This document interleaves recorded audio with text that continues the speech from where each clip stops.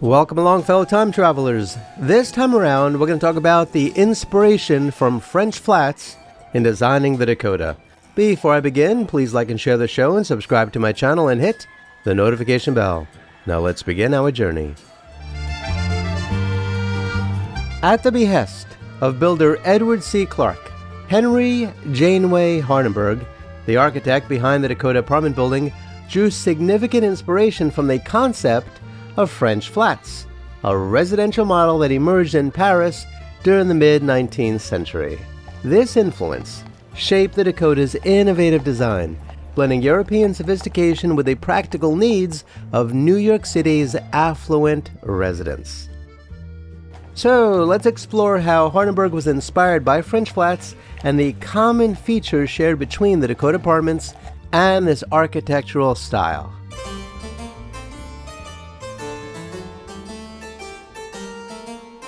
Hardenbergh's exposure to French flats likely came through his architectural training and travels, as well as the growing popularity of this housing type among American elites. You see, in 1870, the Stuyvesant apartments, designed by Richard Morris Hunt, were widely regarded as one of the first luxury apartment buildings in the U.S. This five-story building featured private apartments with high ceilings, fireplaces, and modern plumbing. Also on West 57th Street was the Rembrandt, designed by John Prague. That was another early attempt at luxury apartment living. This six-story building featured private apartments with elevators, which was pretty rare, gas lighting, and decorative interiors that targeted the upper class.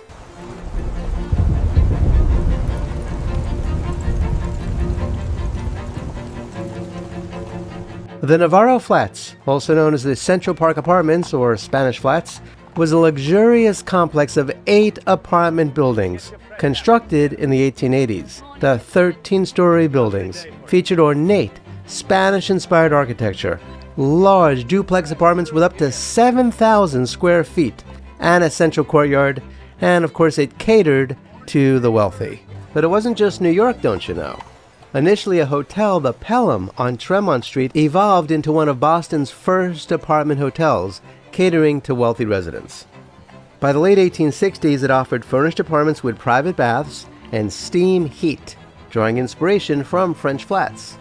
Its ornate exterior and multi-unit layout appealed to those seeking urban convenience without sacrificing luxury.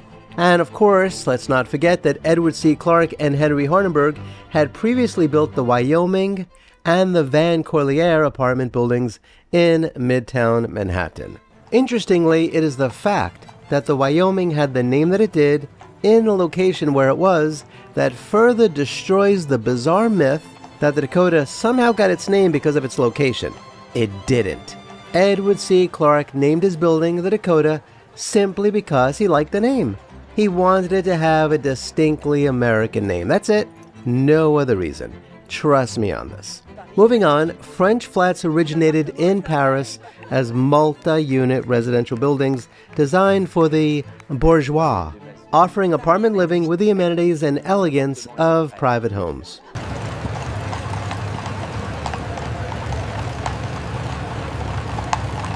Unlike the cramped tenements or row houses that were common in American cities, French flats emphasized luxury, privacy, and modern conveniences, appealing to a class accustomed to brownstones or mansions while living in New York City.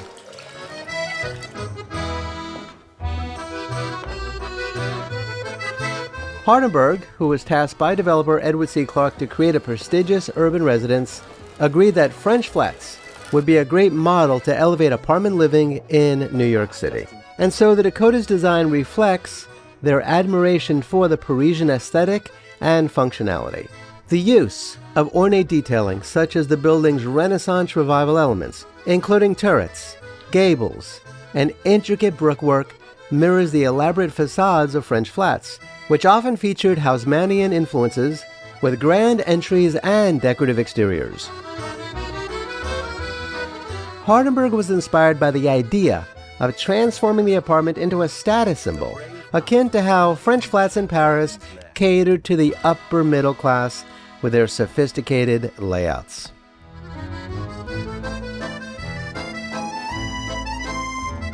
The courtyard, a central feature of the Dakota, echoes the interior courtyards of Parisian buildings, providing light, air, and a private communal space. Elements Hardenbergh adapted to enhance ventilation and resident comfort in the pre-air conditioning era. Additionally, Hardenbergh drew from the French Flats approach to integrating modern amenities. In Paris, these buildings often included hydraulic elevators, central heating, and private bathrooms, luxuries that set them apart from traditional housing. Hardenbergh incorporated those innovations into the Dakota, ensuring that each apartment had bathrooms, as well as some water basins and bedrooms, and quadrant-specific elevators and staircases, aligning with the French model of convenience for wealthy tenants. The Dakota apartments and French flats shared several key characteristics, reflecting their common heritage and purpose. Both were designed for affluent residents transitioning from single-family homes, offering a compromise between privacy and communal living. The Dakota's layout, that mostly had 2 apartments per quadrant on floors 1 through 7, and corner apartments on the 8th floor, as well as some smaller apartments on the east side of the ground floor and the south side of the 2nd floor, paralleled the segmented yet private arrangements of French flats, where individual units were distinct but part of a cohesive building. Interior design was another shared trait. Both featured long hallways within the apartment's connecting rooms, with doors opening directly between spaces, creating a flow reminiscent of mansion interiors but adapted to multi-unit structures. Kitchens and dining rooms facing the courtyard in the Dakota mirrored the inward-facing rooms of French flats, maximizing natural light and ventilation while shielding residents from street noise, a design choice rooted in Parisian urban living. Living rooms and bedrooms facing the street, as in the Dakota, echoed the French practice of reserving prime views for social and private spaces, enhancing the apartment's appeal. The inclusion of modern utilities was a hallmark of both. The presence of multiple fireplaces per apartment in the Dakota also aligned with the French Flats' emphasis on luxurious, home-like features, adapted to the building's fixed masonry walls. Security and service infrastructure were similarly inspired. The Dakota's central entryway, with a security office and mailroom, rather than a grand lobby, reflected the controlled access of French Flats, where concierge services guarded resident privacy. The separate servant staircases and elevators in the Dakota paralleled the service corridors in French buildings, facilitating discreet staff movements. A nod to the hierarchical, let's hear you say that 10 times, living arrangements of Parisian elites. In conclusion, Henry Janeway Hardenbergh's design of the Dakota was profoundly influenced by French Flats, which offered a blueprint for luxurious multi-unit living that rivaled single-family homes.